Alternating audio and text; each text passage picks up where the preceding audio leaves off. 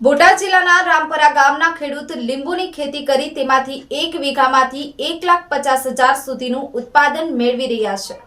હાલના સમયમાં ખેડૂતો પરંપરાગત ખેતી છોડી અન્ય ખેતી તરફ વળ્યા છે, જેમ કે બાગાયત ખેતી, પ્રાકૃતિક ખેતી જેવી અવનવી ખેતી કરી તેમાંથી વર્ષે લાખો રૂપિયાની આવક મેળવી રહ્યા છે।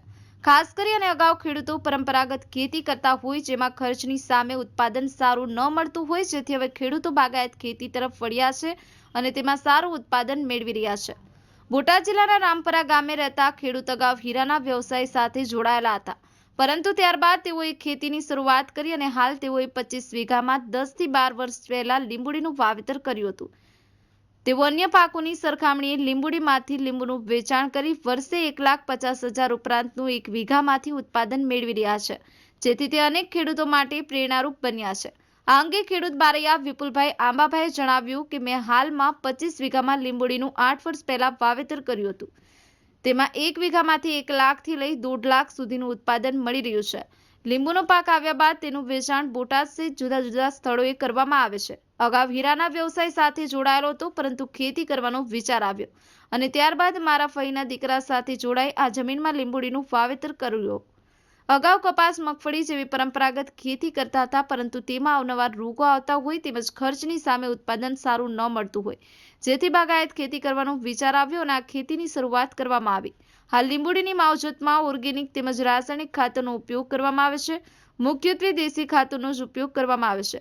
લીંબુડીનું વાવેતર કર્યા બાદ 3 વર્ષે તેમાંથી ઉત્પાદન આવવાની શરૂઆત થાય છે। લીંબુડીની ખેતીમાં ફ્લાવરિંગ સમયે રોગ જીવાત વધુ જોવા મળે, તેના નિયંત્રણ માટે દવાનો છંટકાવ કરવામાં આવે છે। ન્યૂઝ 9 ગુજરાતી, બોટાદ। મારું નામ બારૈયા વિપુલભાઈ આંબાભાઈ, ગામ રામપરા। લીંબુ 25 વીઘા જેવું ખરવા મંદાય અને આવકમાં તો 1.5 આજુબાજુ ગણવાનું, 1 લાખથી 1.5 લાખ। લીંબુનું તો બધી અલગ અલગ જગ્યાએ, વધારે બોટાદ, બાકી આમ જ્યાં આપણને સારો ભાવ મળતો હોય ને આપણે નાખવાના। પહેલાં શરૂઆતમાં તો હું કારખાને જતો હતો, પછી હીરામાં બહુ ફાવ્યું નહીં, પછી ખેતીમાં ચડ્યો। પછી ખેતીમાં તો બાગાયત વધારે થોડુંક અનુકૂળ લાગતું હતું, એટલે મારા ફઈના દીકરાની આ જમીન છે, પછી એમને હારે હું પછી ચડ્યો વીચે આપણે કરશનભાઈ ઉકાભાઈ જાદવ બલરામવાળા। પછી પહેલાં તો કપાસનું એનું વાવેતર કરતા હતા, પણ એમાં પછી કોઈ હુકારા ના ને તે બધું લાગતું હતું, એટલે પછી બાગાયતનો વિચાર કર્યો બે કે ભાઈ બાગાયતી કરવી। પછી લીંબુ વાવી। આ લીંબુ અત્યારે 10 થી 12 વર્ષ જેવું તો થયું। મારે 35 વર્ષ ઉંમર છે, 8 સુધી અભ્યાસ કરેલો મેં। કોઈ સહાય કે યોજનાનો લાભ મળે છે? નહીં, એવું સહાય તો અમે પહેલેથી જ નથી લીધી કે એ આપણે અમુક એક ફેર અમે વડોદરાથી લાવ્યા હતા અને બીજા રોપા બોટાદથી લાવ્યા હતા। આશરે 35, 40, 50 અને 70 જેવા આપણે સાઈઝ પ્રમાણે, ભાઈ 1 વર્ષનો છે, 2 વર્ષના છે કે એમ। ઓર્ગેનિક એટલે 80% હું ઓર્ગેનિક કરું છું, પણ અમુક આપણે જે DAP ખાતર છે એ થોડુંક આપણે ઓલું કરવું છું, બાકી તો ઓર્ગેનિક વધારે 80%। એટલે પહેલાં તો જો કે અમે અંતર 15 બાય 20નું રાખ્યું હતું, પણ તોય તે અત્યારે આ જે 10 વર્ષની થઈને એટલે એ ગાળે અમને થોડીક ટૂંકી લાગે છે। બધું ભેગું થઈ ગયું છે, આમ ફરાય એવું નથી રહેતું ને આમ વીણાય એવું નથી રહેતું। પણ એ પછી અત્યારે જો જે કે આપણે વાવ્યું હોય તો 20 બાય 20નો ગાળો કરો તો તમને આપણે અનુકૂળ વધારે રહે, કે ભાઈ આપણે દવા છાંટવામાં છે, ખાતર નાખવામાં છે, એ આમ સરખું આમ આપણને બધી બાજુ આમ માવજત થાય।